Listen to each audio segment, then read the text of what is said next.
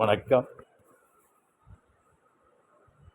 இந்த பிரபஞ்சம், இறை நம்மளுக்கு நோயை கொடுப்பதில்லை.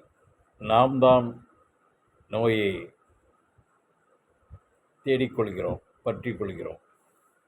நோய் எப்படி வருகிறனால் எதனால் வருகிறது?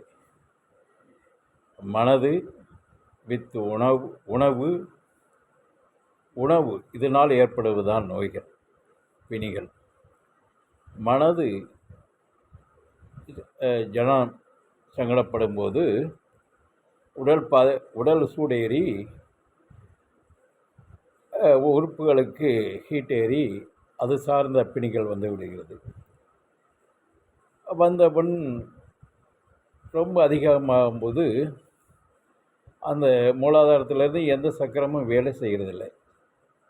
அந்த தன்னுடைய நிலையை இழக்கும்போது தான் நோயினுடைய தன்மை கூடுகிறது. அதற்காக நாம் இந்த மனது செம்மைக்கு இறை இயக்கம்தான் மருந்து. இறையை பற்றி கொண்டால், ஆனால் ஆன்மா தியானம் என்னும் தியானத்தை நாம் முழுமையாக காலை இரவு எடுத்துக்கொள்ளும்போது அன்னன்னைக்கு உள்ள மன அழுக்கு, மன பிசகு, மன அழுத்தம் குறையும். இந்த குறையும் போது வெற்றிடமாக இருக்கும் மனது, நோய் அண்டாது. இதுக்கும் தேவை தியானம்தான்.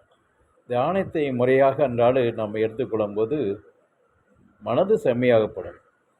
அதோடு உணவுகளும் பக்குவம் வேண்டும்.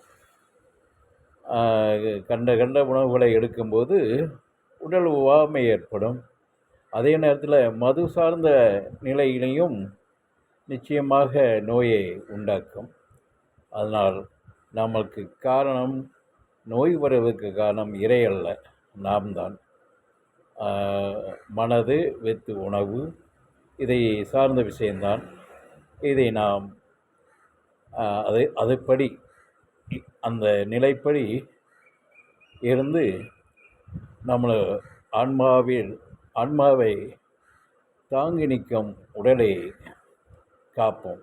நன்றி, வணக்கம்.